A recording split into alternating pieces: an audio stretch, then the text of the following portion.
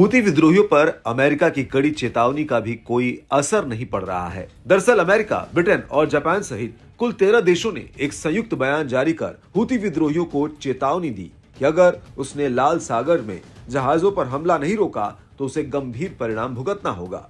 एक अमेरिकी अधिकारी ने इसे हूती विद्रोहियों के लिए लास्ट वार्निंग तक बताया था। इधर संयुक्त बयान जारी होने के ठीक एक दिन बाद ही हूती विद्रोहियों ने लाल सागर में वाणिज्यिक शिपिंग लेन पर एक नाव में विस्फोट कर दिया।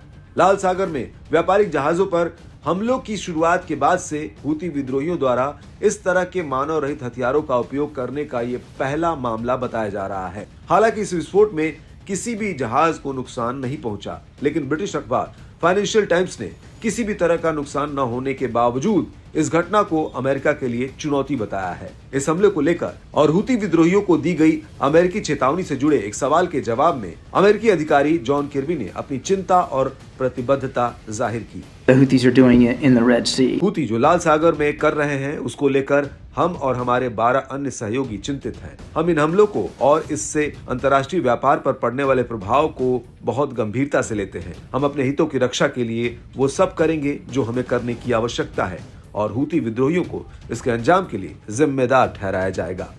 आपको बता दें कि हूती विद्रोहियों द्वारा लाल सागर में जहाजों पर हमले के चलते कुछ शिपिंग कंपनियों ने लाल सागर के रास्ते को छोड़ दिया है। कुछ जहाज अफ्रीका के रास्ते अपनी वाणिज्यिक यात्रा कर रहे हैं। ये रास्ता करीब 7000 किलोमीटर अधिक लंबा पड़ता है, जिससे माल ढुलाई महंगी पड़ती है और समय भी काफी ज्यादा लग रहा है। जान लेते हैं कि आखिर हूती विद्रोही लाल सागर से गुजरने वाले जहाजों को निशाना क्यों बना रहे हैं। दरअसल इजराइल और हमास के बीच जारी युद्ध में हूती विद्रोही गाजा और फिलिस्तीनियों के समर्थन में है। यही कारण है कि हूती विद्रोही यमन के अपने कब्जे वाले इलाकों में लाल सागर से गुजरने वाले जहाजों को अपना निशाना बना रहे हैं।